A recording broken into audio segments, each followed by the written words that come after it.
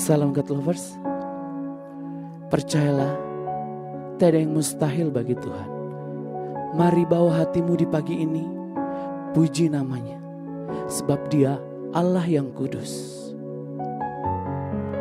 Oh, kudus Tuhan, kuduslah selamanya, Yesus.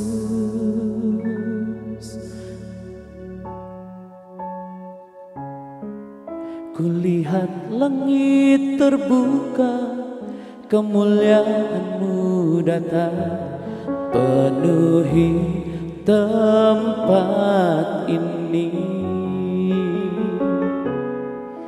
Kami umat-Mu bersujud, tersungkur menyembah kekudusan-Mu Tuhan.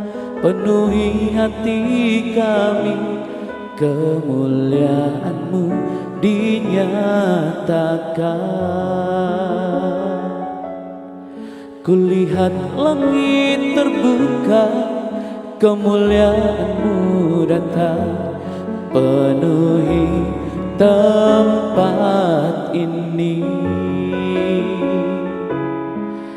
Kami umat-Mu bersujud, tersungkur menyembah kekudusan-Mu Tuhan.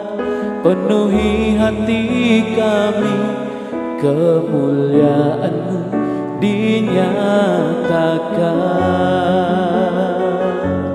Nyanyi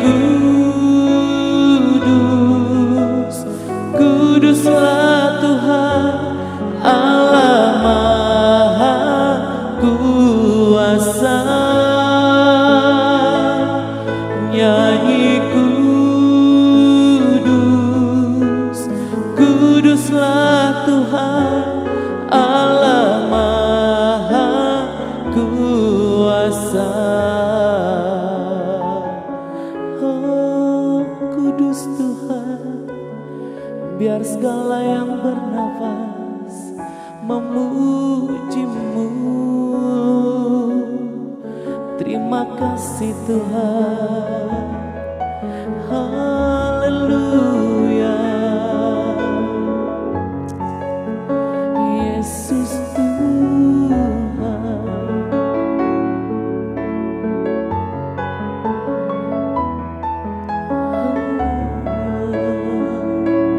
Nyanyi kudus, kuduslah Tuhan Allah Maha Kuasa. Nyanyi kudus, kuduslah Tuhan Allah Maha Kuasa.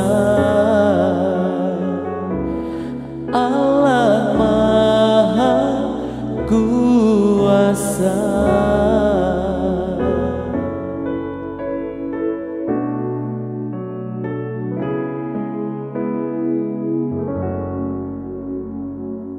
Shalom, God Lover. Bertemu kembali dalam program Word from Heaven.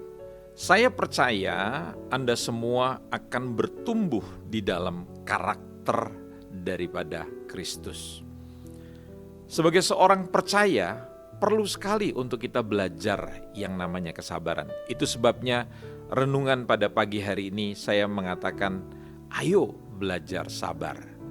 Nah, quote-nya yang saya tuliskan, kesabaran itu adalah hasil dari melewati jalan-jalan yang sulit, yang harus ditempuh setiap hari di mana kesulitan itu datangnya sering mendadak.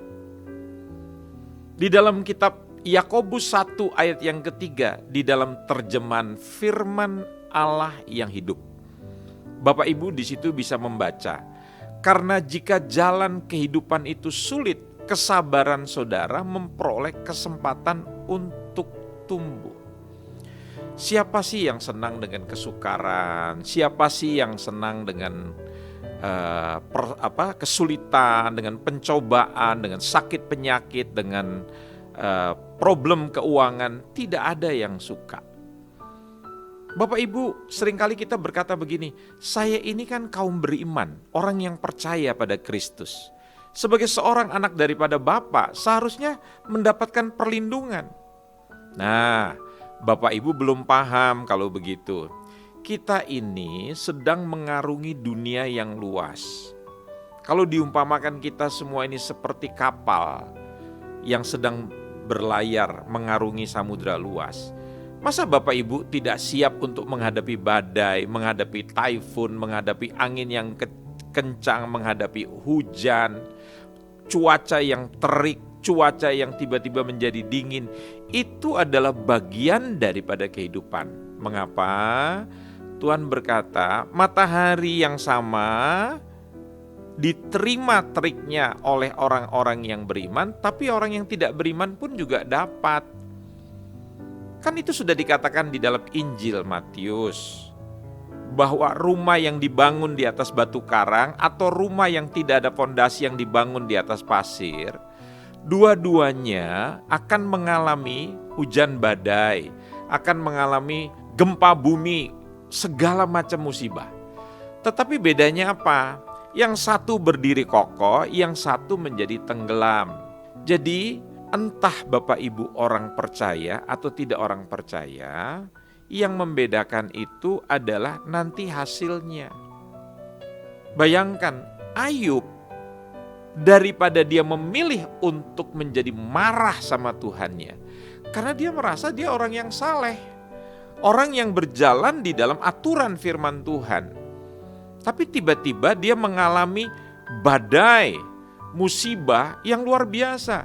Bapak Ibu, dia bukan kehilangan harta benda saja.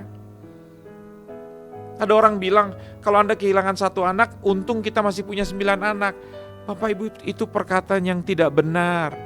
Kehilangan satu anak saja, itu membawa duka, membawa penderitaan. Percayalah, tidak ada orang yang mau kehilangan orang yang dikasih. Ayub, dia bukan hanya kehilangan satu anak, tapi 10 anak. Dan betapa duka, tekanan yang luar biasa. Nah itu yang tadi saya katakan, daripada dia menghujat Tuhan, menyalahkan orang lain, seperti juga yang diarahkan oleh sang istri, Ayub lebih memilih untuk memuji Tuhannya.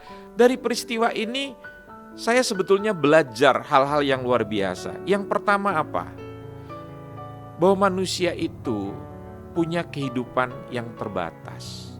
Yang kedua, manusia menjadi tidak sombong. Dan yang ketiga, hidup manusia itu bergantung kepada Tuhan. Jadi dari ayat dalam Yakobus 1 ini ternyata akibat daripada penderitaan, kesulitan itu adalah saudara bisa tumbuh yang namanya ketabahan, ketekunan, tahan uji, atau dalam bahasa Alkitab firman Allah yang hidup itu adalah menumbuhkan kesabaran. Jadi sekarang saya tanya, bagaimana buah, salah satu unsur buah roh yang namanya kesabaran itu bisa tumbuh dalam hidup kita? Hanya melalui penderitaan. Pemazmur mengatakan dalam pasal 119 ayat 71, tertindas, tertekan, tertindih, itu baik bagiku, supaya aku boleh belajar kebenaran-kebenaran-Mu yang ajaib. Jadi jangan pernah lari, jangan pernah tolak penderitaan. Karena Tuhan mengatakan, orang yang mau mengikuti aku juga akan memikul salib. Menyangkal diri. Belajarlah mempercayai bahwa berkat Tuhan tidak hanya bicara soal kelimpahan, tapi berkat Tuhan bicara juga tentang penderitaan yang harus kita alami, bukan karena kita melakukan kejahatan loh, tapi penderitaan karena kita melakukan yang benar. Justru disitulah tumbuh buah roh yang luar biasa. Amin. Yuk kita berdoa bersama-sama. Bapak Ibu saudara-saudara yang kasih Tuhan, kami datang kepada Engkau ya Tuhan. Kami ingin bersyukur kalau kami hari-hari ini sedang mengalami persoalan, musibah yang begitu berat, bahkan yang tidak henti-hentinya. Sekarang kami percaya, di balik semua persoalan itu mendidik kami untuk menjadi orang dengan karakter yang luar biasa. Salah satu unsur yang paling hebat adalah kami belajar tentang namanya kesabaran. Tuhan tolong kami, biarlah melalui persoalan demi persoalan kami menjadi pribadi yang lebih sabar dari waktu-waktu yang sebelumnya. Dalam nama Tuhan Yesus kami berdoa, amin. Para God lovers yang merasa diberkati melalui program ini, tolong bagikan link YouTube ini kepada keluarga, kerabat, teman-teman, kenalan daripada Bapak Ibu, supaya mereka juga bisa diberkati. Tuhan memberkati. Terima kasih.